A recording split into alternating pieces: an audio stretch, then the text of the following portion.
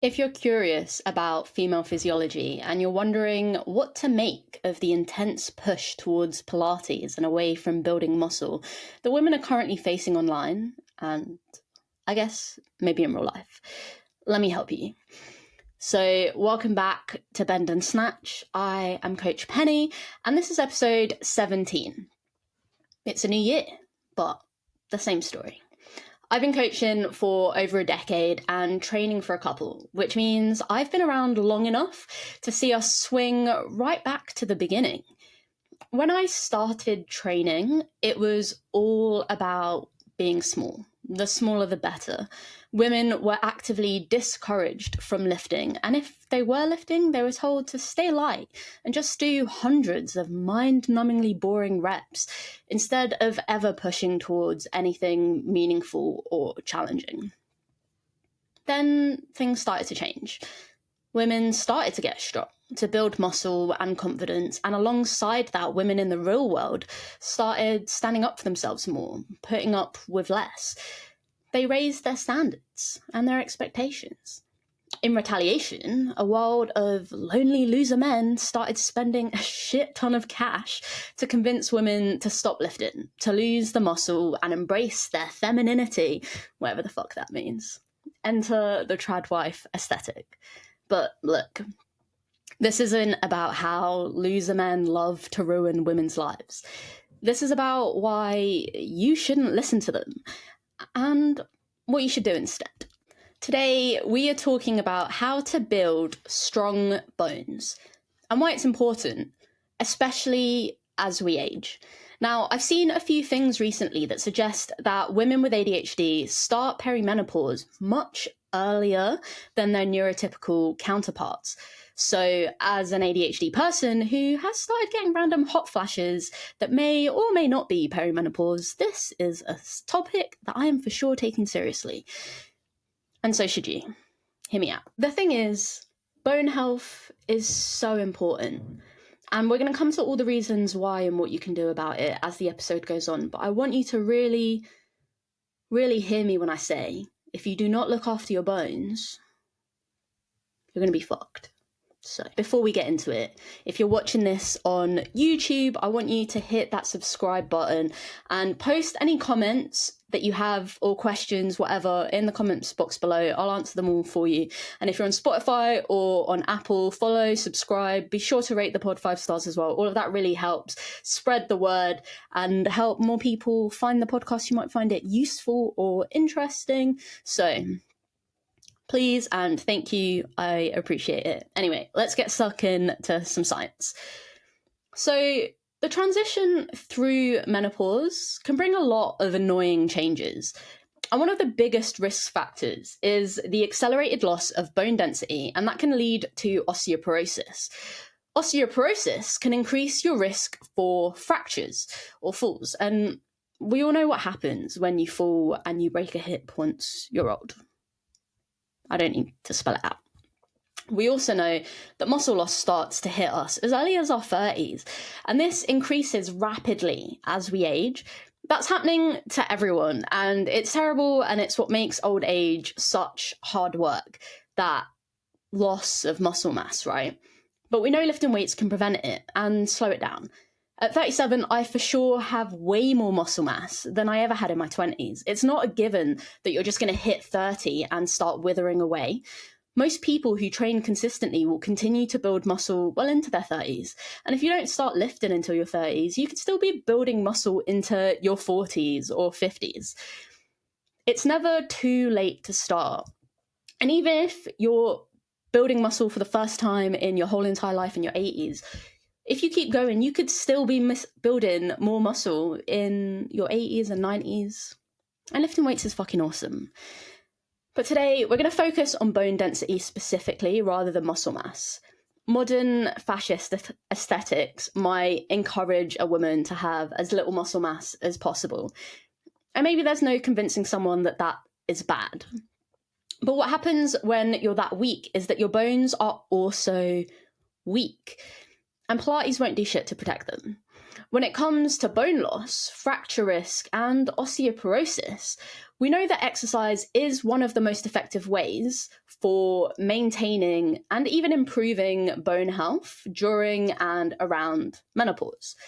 And the more bone density that you have going into perimenopause, the better your chances of coming out relatively unscathed become. And that means that if you're listening to this and you're young, this is still super relevant for you personally. This isn't a thing to worry about later.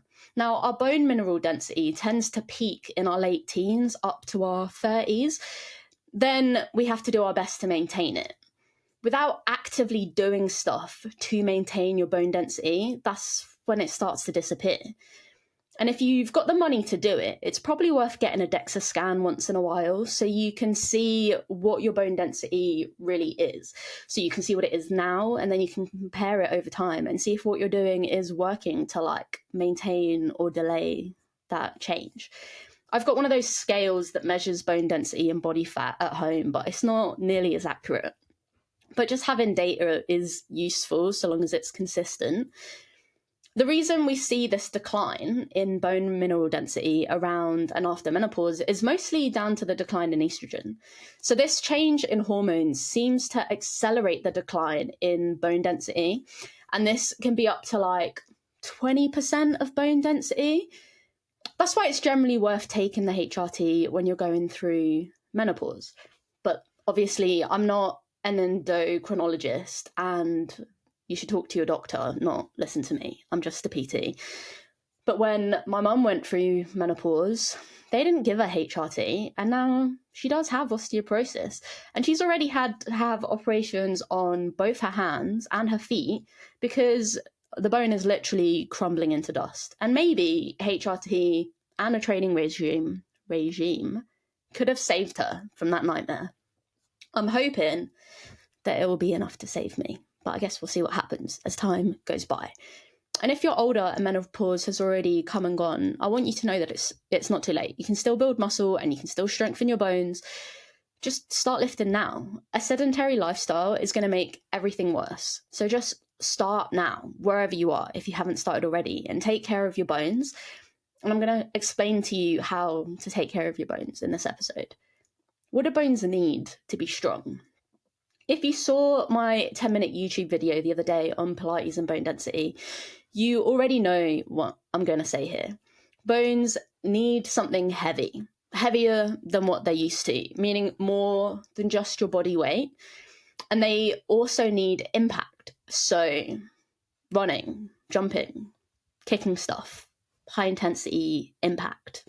Part of why so many of the women who came before us have had such a shit time with menopause and osteoporosis is because they didn't go into it progressively strength training.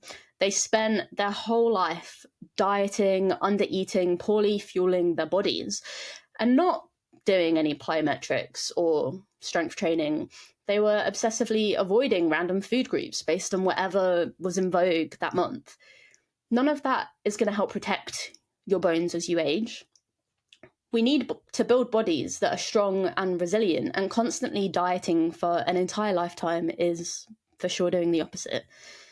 So lifting heavy, sets of 1 to 6, really, really hard. Pushing the weight over time, that's part 1 of the building of strong bones. Pushing the weight, making it harder.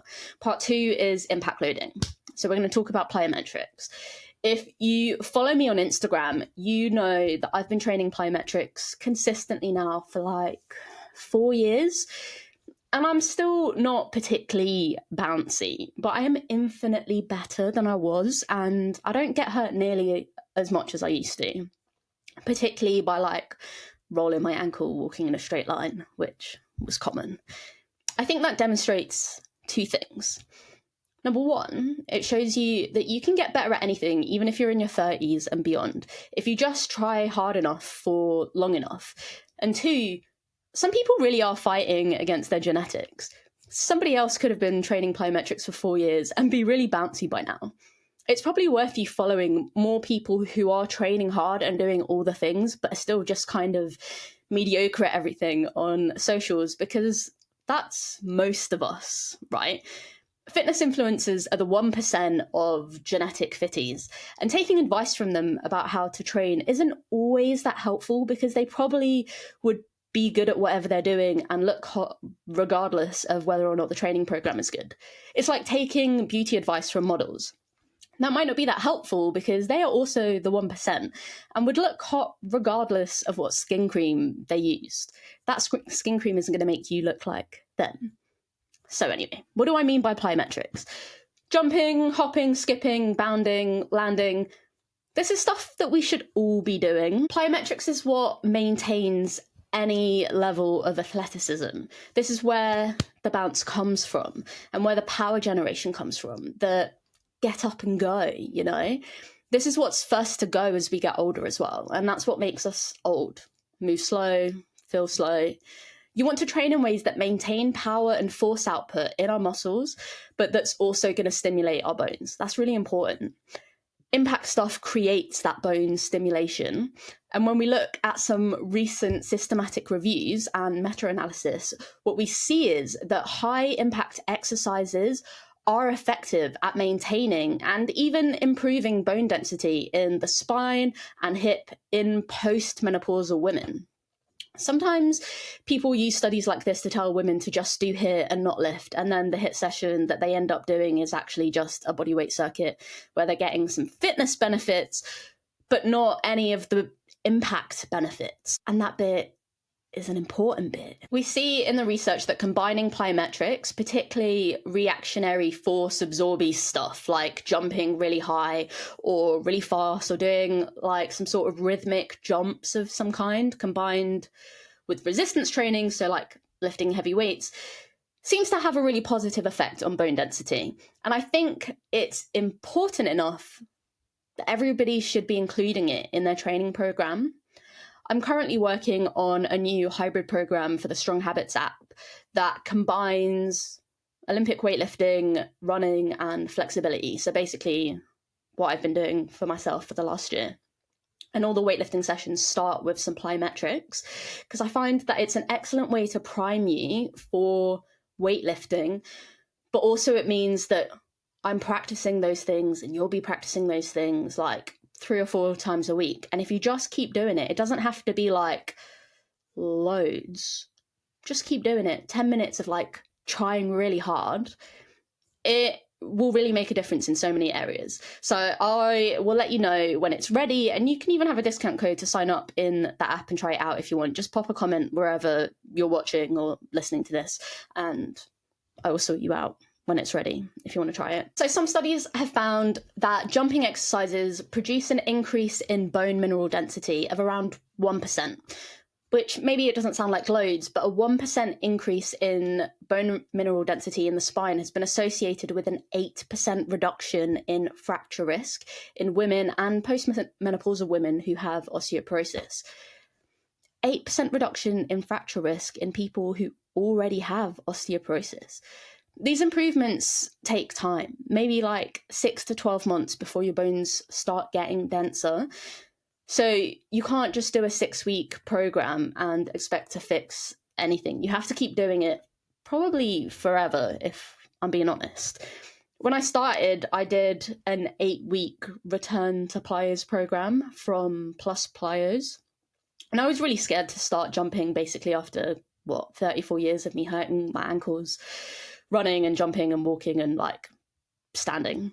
They're made of jelly. I've never trusted them. And after the 8 weeks were done, I just kept doing it. And then I started doing 10 to 15 minutes of plyos before all of my weightlifting sessions and also before any of my squat sessions. And now at the moment, I'm weightlifting 4 times a week. That's 4 sessions a week of jumping. It's loads of jumping. And I trust my ankles now more than I ever have. And I'm able to produce power in ways I've never been able to. But it's been 4 years and I'm still not very bouncy. And maybe I'm at an age where I'll never actually be that bouncy. But I bet if I keep going, I'll be bouncier than most 40-year-olds. And then bouncier than most 50-year-olds. And that's the point. Most of us are not elite athletes. We're just people trying to have a nice life and like not die of a broken hip because you missed a step. Research suggests that the height and force of a jump matters more than the repetition. So don't go doing hundreds of reps and turning it into a conditioning session. The goal is for it to be hard on the landing, not on your lungs. So stepping off a high box and landing on the floor, catching your impact. That's great. Do some of that. We also want to be training rebounding. So that could be the same thing where you're like stepping off the box, but instead of catching yourself solid on impact, you use that force to spring you back up and jump as high as you can, or onto a different box, or over something, towards something, whatever. The more you train plyometrics, the more you realize that the limit is your imagination. Just try things. Make it fun. Making it fun will make it more likely that you keep doing it as well. You want to challenge yourself to see if you can complete a new combination of something, or hit a new high or a new distance in a particular kind of jump. And if you're starting from nothing, you can just start with some pogos. So up and down on the spot, both feet together, straight-ish legs, just bouncing high. And you can start with not too high, just a little bounce. And as you get more confident, you get higher, trying to use the landing of one jump to power you into the next one, finding that rhythm. And you can even start by holding on to something for external support if you want to make it even easier. You can start literally from wherever you are, but you have to start. And if you make it too hard too soon, so if you've never done any jumping and you go straight into just stepping off a high box and catching yourself, then yeah, you're more likely to hurt yourself that way. Not the best idea. And that's why a lot of people do get hurt doing fitness classes, because they're doing things that are too advanced instead of starting with wherever they are. So if you are at the beginning, just start with some pogos on the spot, and then do them moving forwards, and then try bounding, so from one leg to the other leg, moving forwards, and then try hopping, one foot, moving forwards, and then do all of those things sideways and backwards. You want to spend a few weeks just doing these things before you start making it more hard. Like, give yourself a chance to get used to what it feels like. Give your tendons and your bones a chance to get used to what it feels like. And then you want to start with something super easy, or wherever you are, whatever easy means. Maybe you're a bit more advanced than what I've been describing. And then maybe over like 6 to 8 months, slowly you're making it a bit more challenging. And then once you're doing those harder things, you can start experimenting with harder and harder things, ramping up the intensity, ramping up the challenge, just making it more fun as well, more exciting.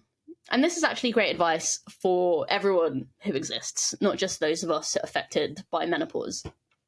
And if you're interested in learning more, you can always reach out to me either here or over on Instagram at superpenny with an IE, with any questions, or sign up to the Strong Habits Training app, because then you can just try some of my programs for very affordable prices.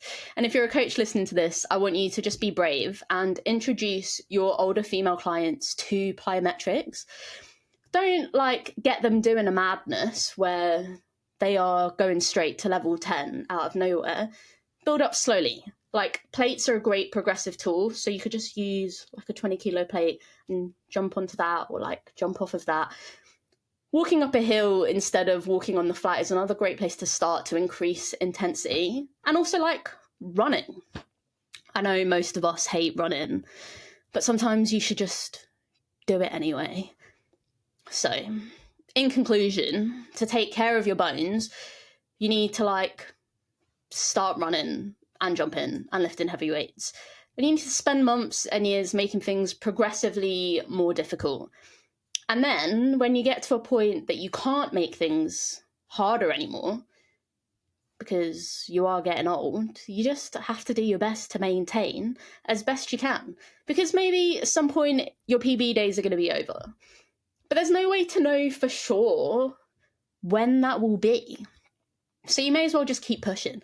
I'm nearly 37 years old, and when I first started doing stuff, everyone was like, you hit 30 and your muscles just start to deteriorate and you stop being able to do anything and you're a weak piece of shit.